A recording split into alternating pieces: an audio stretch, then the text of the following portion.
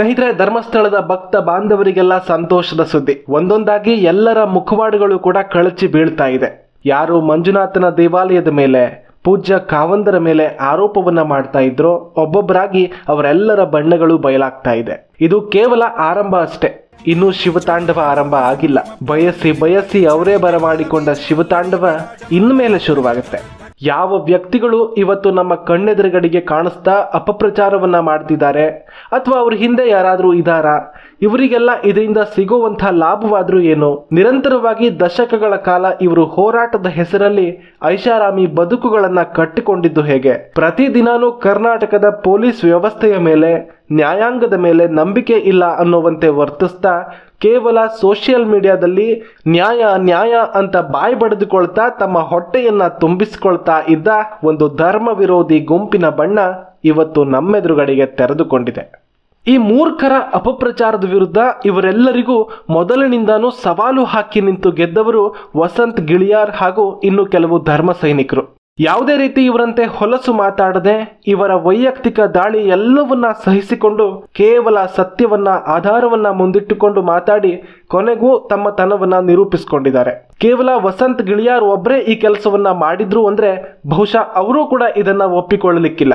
ಯಾವ ಧರ್ಮ ಸೈನಿಕರು ಧರ್ಮಸ್ಥಳದ ಅಪಪ್ರಚಾರವನ್ನ ಮೊದಲ ದಿನದಿಂದಾನೇ ತಿಳಿದುಕೊಂಡು ಇವರ ದುಷ್ಟ ಆಲೋಚನೆಗಳನ್ನ ಮೊದಲೇ ಗುರುತಿಸಿ ಧರ್ಮದ ಪರವಾಗಿ ನಿಂತಿದ್ರು, ನಿಮ್ಮೆಲ್ಲರಿಗೂ ಧರ್ಮಸ್ಥಳದ ಭಕ್ತರ ಪರವಾಗಿ ಶತಕೋಟಿ ನಮಸ್ಕಾರಗಳು. ಇವರನ್ನೆಲ್ಲ ಇಷ್ಟು ದಿನ ನಂಬಿ ಮೋಸ ಹೋದ ಪ್ರತಿ ಹಿಂದುವಿಗೂ ಇದು ಎಚ್ಚರಿಕೆಯ ಪಾಠವಾಗಬೇಕು.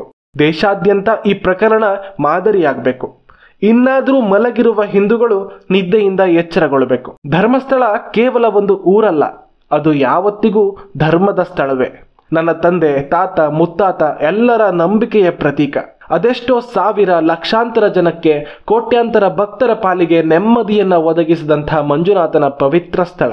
ತಮ್ಮ ಬದುಕಲ್ಲಿ ಅನ್ಯಾಯಕ್ಕೊಳಗಾಗಿ, ಜೀವನದಲ್ಲಿ ಮೋಸಕ್ಕೊಳಗಾಗಿ ಪೊಲೀಸು, ಕೋರ್ಟು ಅಂತ ತಿರುಗಿದ್ರೂ ಸಿಗದೇ ಇದ್ದಂತಹ ನ್ಯಾಯ ಧರ್ಮಸ್ಥಳದಲ್ಲಿ ಸಿಕ್ಕ ಉದಾಹರಣೆಯನ್ನ ನಾವು ಬಾಲ್ಯದಿಂದಾನೂ ಕೇಳಿಸ್ಕೊಳ್ತಾನೆ ಬರ್ತಾ ಇದ್ದೀವಿ. ಅದೇ ರೀತಿಯಾಗಿ ಸಿಕ್ಕ ನ್ಯಾಯದಿಂದ ಬದುಕನ್ನ ಕಟ್ಟಿಕೊಂಡವರು ಇವತ್ತಿಗೂ ನಮ್ಮಲ್ಲಿ ಬಹಳಷ್ಟು ಜನ ನಮ್ಮ ನಡುವಲ್ಲಿ ಸಿಗ್ತಾರೆ. ಧರ್ಮಸ್ಥಳದ ಮಂಜುನಾಥನನ್ನ ಮಾತು ಬಿಡದ ಮಂಜುನಾಥ ಅಂತಾನೆ ಪ್ರಸಿದ್ಧವಾಗಿರೋದು, ಹಾಗೆ ಕರೆಯೋದು. ಅಂತಹ ಮಂಜುನಾಥನ ಮೇಲೆ, ಅಂತಹ ಮಂಜುನಾಥನ ದೇವಾಲಯದ ಮೇಲೆ ನೀವು ಮಾಡಿದ್ದು ಅದೆಂಥ ಘೋರ ಅಪವಾದ. ಇಲ್ಲಿ ಮಂಜುನಾಥ ಸ್ವಾಮಿ ಮಾತ್ರ ಇದ್ದಾನೆ ಅಂತ ಅಂದ್ಕೊಂಡ್ರಿ, ಆದ್ರೆ ಅಣ್ಣಪ್ಪ ಸ್ವಾಮಿಯ ಬಗ್ಗೆ ಮರೆತು ಬಿಟ್ರಿ. ಮಂಜುನಾಥ ನಿಮ್ಮನ್ನ ಕ್ಷಮಿಸಬಹುದು, ಆದ್ರೆ ಇಷ್ಟು ವರ್ಷದಿಂದ ಮಂಜುನಾಥನ ಸೇವೆಯನ್ನ, ಅಣ್ಣಪ್ಪನ ಸೇವೆಯನ್ನ, ಬಡವರ ನಿರ್ಗತಿಕರ ಸೇವೆಯನ್ನ ಮಾಡಿಕೊಂಡು ಅದನ್ನೇ ತಮ್ಮ ಬದುಕಾಗಿಸಿಕೊಂಡ ಒಬ್ಬ ವ್ಯಕ್ತಿಯ ಮೇಲೆ ಇಂಥ ಆರೋಪ ಮಾಡಿ, ಅಧರ್ಮ ಮಾಡಿ ನೀವು ಗೆದ್ದು ಬಿಟ್ರೆ ಅದು ಧರ್ಮಸ್ಥಳ ಹೇಗಾಗತ್ತೆ ಸ್ವಾಮಿ?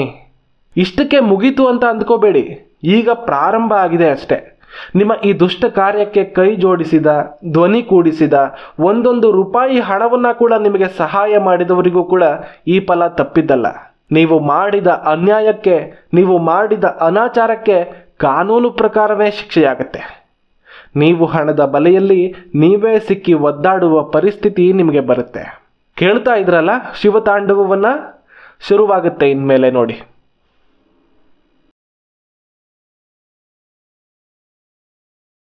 ಇನ್ ಕೇಸ್ ಹೀಗೆ ಆಯಿತು ಅಂದ್ಕೊಳ್ಳಿ, ರಾಶಿ ರಾಶಿ ಅಸ್ಥಿ ಪಂಜರಗಳು ಹೊರಗೆ ಬೀಳ್ತಾವೆ.